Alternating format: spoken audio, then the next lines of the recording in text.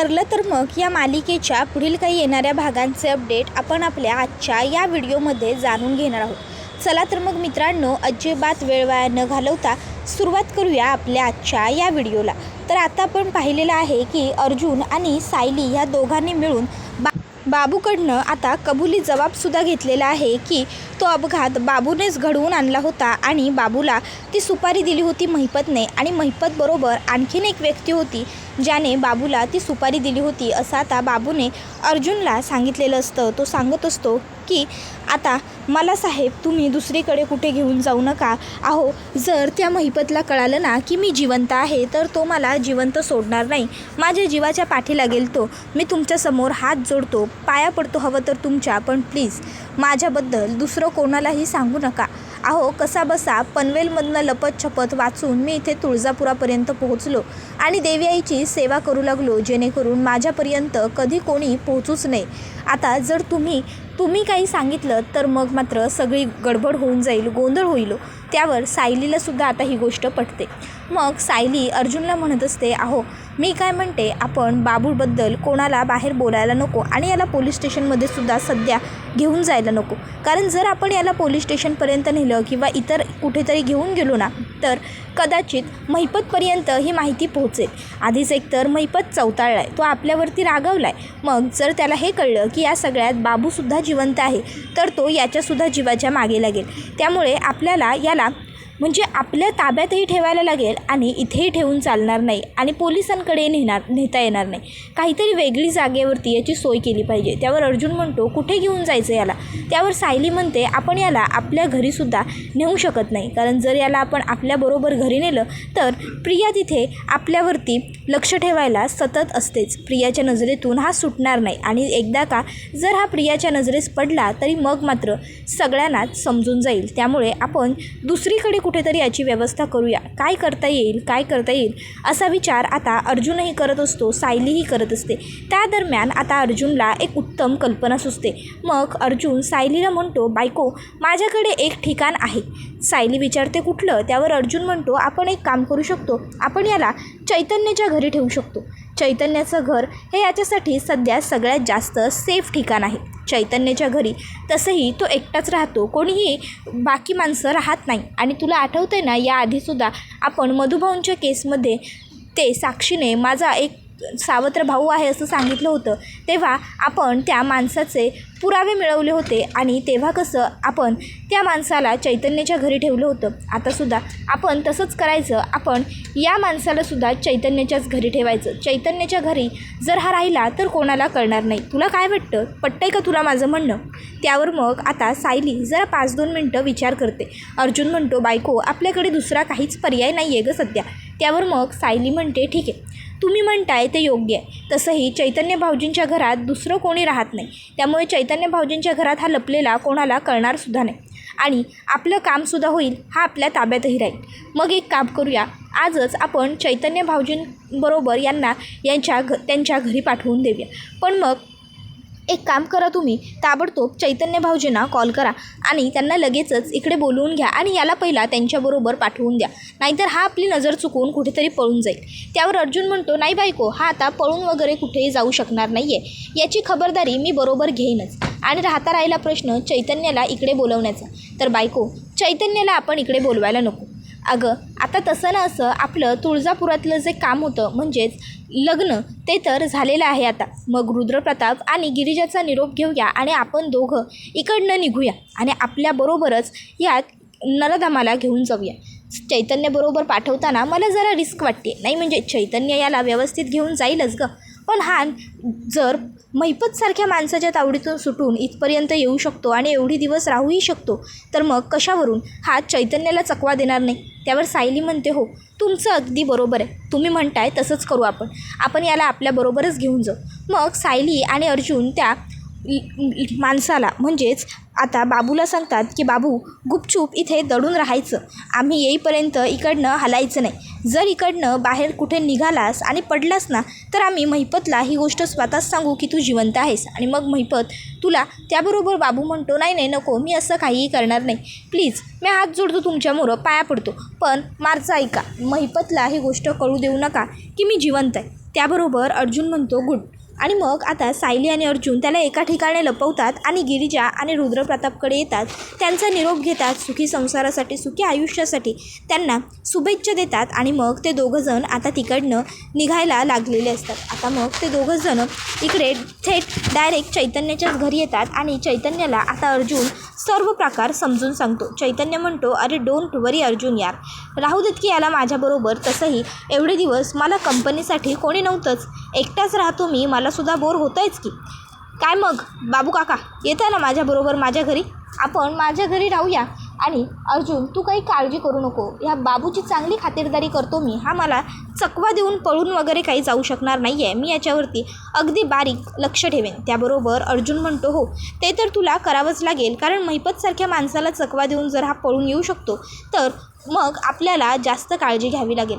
आणखीन एक गोष्ट आपल्याला करायची आहे, ते म्हणजे पहिलं सिनियरला गाठायचं आहे आणि त्याच्याकडनं या बाबूबरोबरने आपल्याला जे काही सांगितलं आहे ते सगळं त्याला सांगायचं आहे. कोण अशी व्यक्ती आहे जी त्याची सुपारी देऊ शकते हे बघायचं आहे. सायली म्हणते, हो आहो मी काय म्हणते, आपण ना हे काम आजच्या आजच करून टाकूया.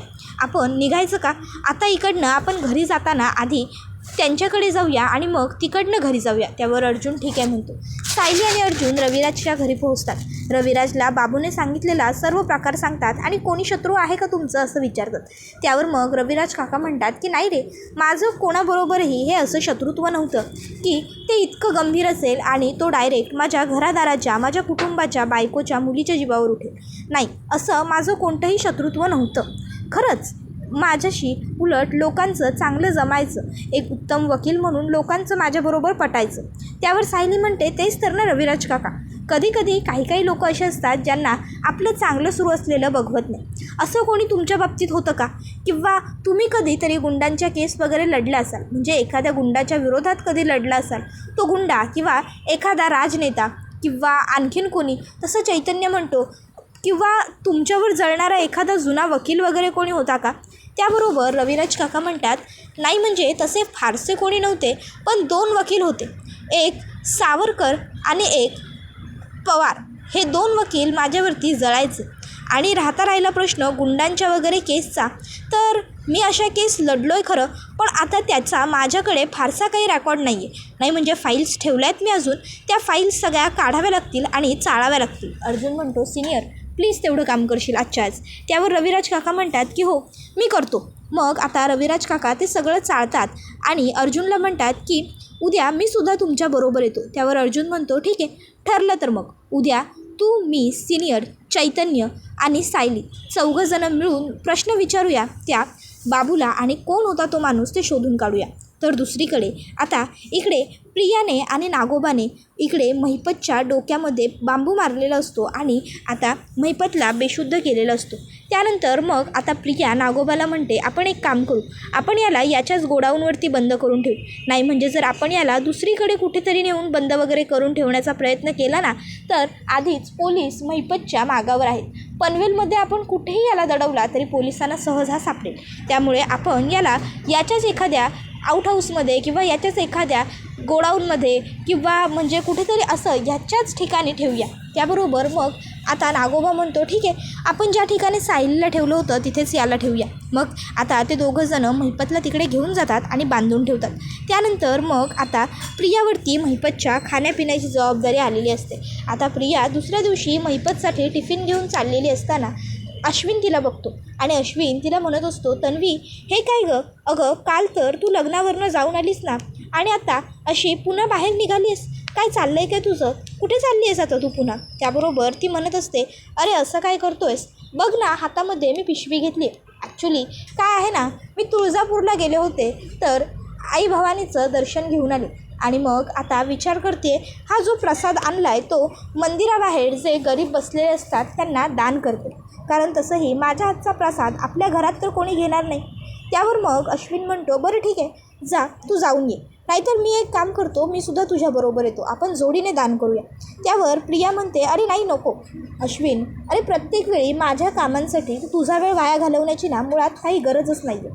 तू जा हॉस्पिटलला, इकडे जो काही प्रसाद वगैरे वाटायचा आहे तो मी बघते ना, त्यावर अश्विन म्हणतो ओके देन, मग मी निघतो. आता मी निघतो असं तो म्हणतो खरं, पण अचानक त्याला आठवतं की आज त्याला जरा उशिरा जायचं आहे. मग तो म्हणतो तन्वी मला थोडं उशिरा जायचं आहे, सो मी घरीच थांबणार आहे, तू जा. मग लगेचच प्रिया तिकडनं निघून जाते. त्याबरोबर आता अश्विन मनातल्या मनात विचार करू लागतो की नाही काहीतरी गोड बंगाल नक्कीच आहे. आजच्या तन्वीच्या बोलण्यामध्ये मला काहीतरी वेगळेपण जाणवले. याआधी असं कधीच वाटलं नव्हतं की तन्वी माझ्याबरोबर खोटं बोलत असेल, पण आज असं का वाटतंय की तन्वी खोटं बोलते. चला, जर वाटतंय तर एकदा शहानिशा करून घ्यायला काय हरकत आहे. मग आता लगेचच अश्विन हा त्याची गाडी काढतो आणि प्रियाच्या गाडीच्या मागोमाग स्वतःची गाडी चालवू लागतो आणि आता तो प्रियाचा पाठलाग करत असतो. त्याला बघायचं असतं की नक्की प्रिया जाते तरी कुठे आणि खरं ती आपल्याबरोबर खरं बोलते का खोटं. मग आता अश्विनला एक खूप मोठा धक्का बसतो, कारण प्रियाची गाडी ही महिपतच्या बंगल्याबाहेर थांबते. अश्विन विचार करतो, अरे तन्वीची गाडी इथे या महिपतच्या बंगल्याबाहेर कशी काय उभी राहिली. मग आता तो आणखीन बघत असतो तर त्याला आणखीन एक मोठा धक्का बसतो आणि तो म्हणजे की तन्वी कोणाबरोबर तरी फोनवर बोलते. अश्विनला शंका येते ही महिपत बरोबरच तर बोलत नसेल ना.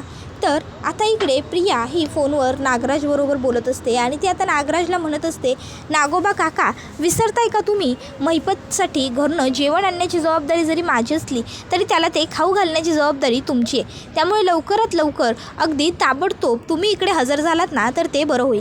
हे बघा, मी ना माझी कामं नेहमीच चोख करत असते, पण तुम्ही प्रत्येक वेळी माती खात असता. आता महिपतला एवढं पकडवून देतानासुद्धा मीच पुढाकार घेतलेला आहे, आणि आता त्याची सेवासुद्धा मीच करायची का. मग तुमचा उपयोग काय, तुम्ही कशासाठी आहात. आता हे सगळं काही अश्विन बघत असतो.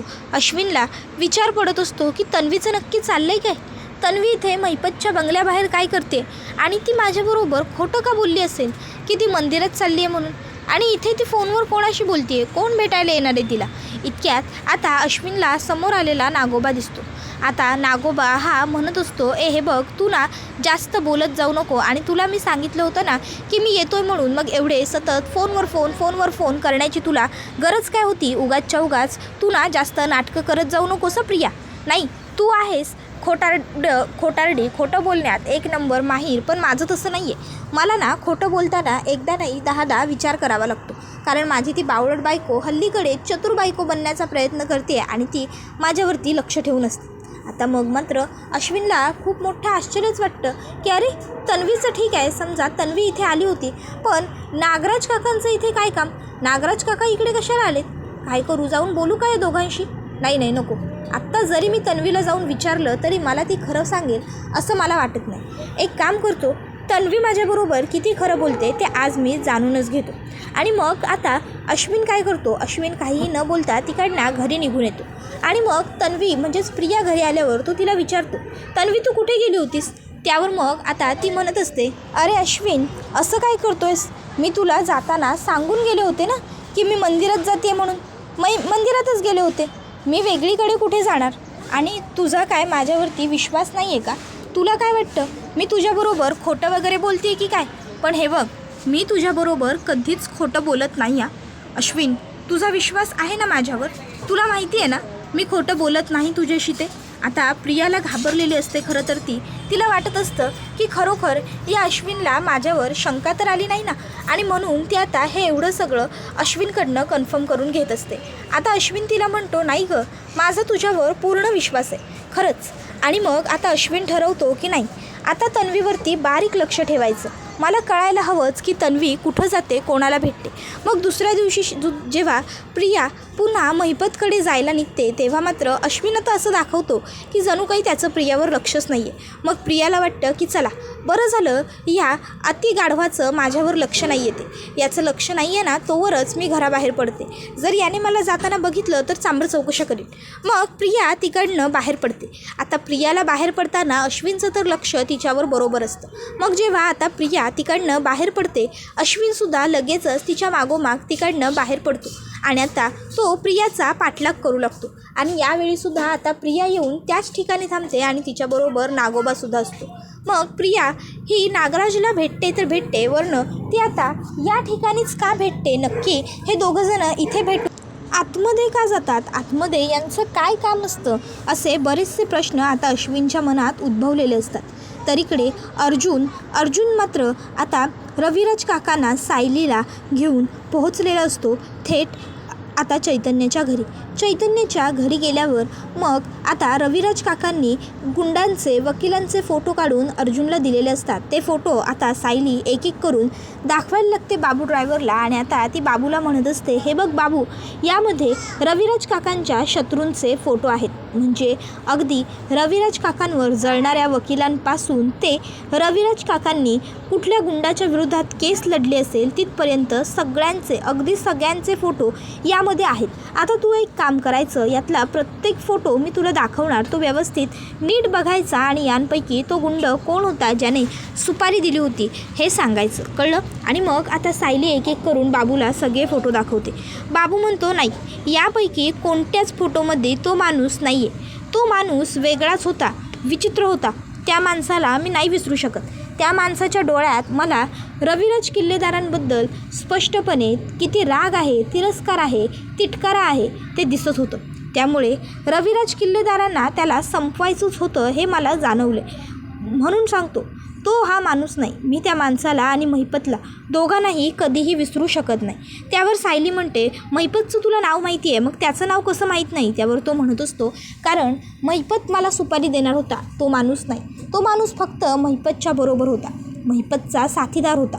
माझी ओळख महिपत बरोबर होती, त्यामुळे माझ्याशी महिपतच बोलला.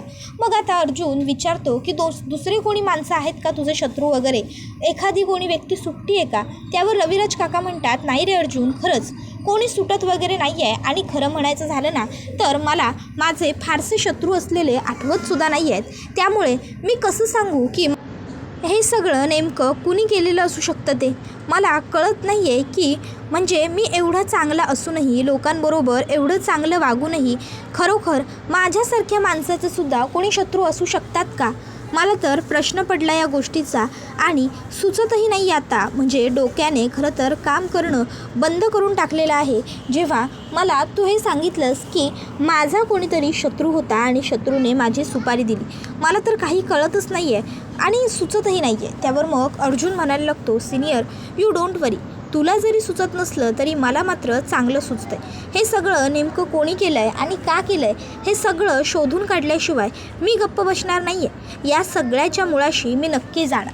आता जरी या फोटोंपैकी तो एक नसला तरीसुद्धा तो नक्की कोण आहे हे शोधावं तर लागेलच.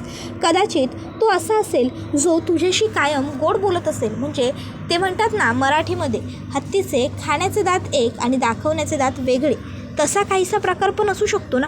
आपण जरा वेगळ्या पद्धतीने सुद्धा या केसचा विचार करायला हवा. सध्या आपण एकाच नजरेने, एकाच दृष्टिकोनातून चौघही विचार करतो आहे, त्यामुळे कदाचित आपल्याला काही सापडत नाही आहे. पण आपण जेव्हा वेगवेगळ्या पद्धतीने, वेगवेगळ्या अँगलने या केसचा विचार करू ना, तेव्हा आपल्यासमोर खूप काही असेल. त्यावर सायली म्हणते, हो, मलासुद्धा यांचं म्हणणं पटतं आहे. नाही म्हणजे आपण असाही विचार करू शकतो की अशी एखादी व्यक्ती असेल जी रविराज काकांबरोबर तर खूप गोड वागत असेल, बोलत असेल आणि त्यांच्या पाठमागोरी हे सगळी कामं करत असेल. त्याबरोबर मग सायली म्हणते, रविराज काका, तुमच्याबरोबर खूप जास्त चांगली वागणारी माणसं यांच्याबद्दल काही सांगाल का? त्यावर रविराज काका म्हणतात, नाही गं, माझ्या चांगल्या विश्वासातल्या माणसांवर मला शंका नाही आहे, खरंच. त्याबरोबर मग मात्र आता चैतन्य म्हणत असतो, अर्जुन, आता आपण काय करायचं?